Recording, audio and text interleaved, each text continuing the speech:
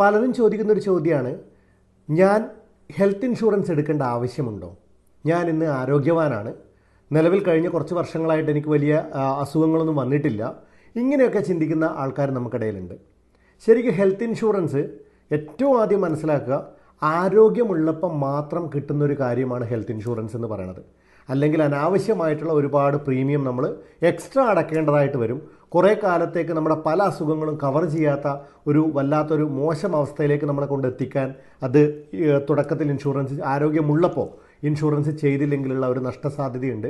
So health ഇൻഷുറൻസിൻ്റെ ഏറ്റവും വലിയ പ്രസക്തി എന്താണെന്ന് ചോദിക്കുകയാണെങ്കിൽ, ഒരുപാട് കാലം കഷ്ടപ്പെട്ടുണ്ടാക്കിയ കാശ് നമ്മൾ ഒരു ചെറിയ കാലയളവിൽ ഹോസ്പിറ്റലിൽ ബില്ലായി കൊടുക്കുന്നതിന് എഗൻസ്റ്റ് ആയിട്ടുള്ള ഒരു സുരക്ഷ എന്ന രീതിയിലാണ് എല്ലാവരും ഹെൽത്ത് ഇൻഷുറൻസിനെ കാണേണ്ടത്. അതുപോലെ തന്നെ ചില അസുഖങ്ങൾക്ക് ചിലപ്പോൾ 1, 2, 3 വർഷമൊക്കെ വെയിറ്റിംഗ് പീരീഡ് ഉണ്ടാവാറുണ്ട്.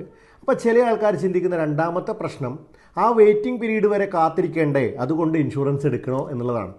ഏറ്റവും ബുദ്ധിമോശമായിട്ടുള്ള ഒരു തോന്നലാണത്. കാരണം നമുക്ക് എപ്പോഴാണ് ഹെൽത്ത് ഇൻഷുറൻസ് വേണ്ടത്, അതിനുശേഷമുള്ള 2-3 വർഷത്തേക്ക് ഇതേ വെയിറ്റിംഗ് പീരീഡ് കണ്ടിന്യൂ ചെയ്യുന്നുണ്ടാവും.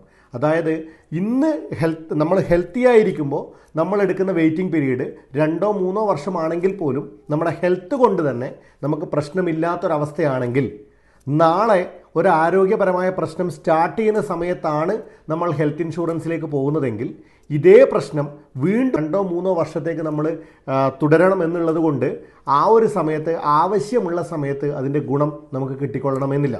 അതുകൊണ്ട് ഹെൽത്ത് ഇൻഷുറൻസിന് കൊടുക്കേണ്ടതായ പ്രീമിയം ഒരു നഷ്ടമായി കാണാതെ ഓരോരുത്തരും ഹെൽത്ത് ഇൻഷുറൻസ് എടുക്കുക എന്നാണ് പറയാനുള്ളത്.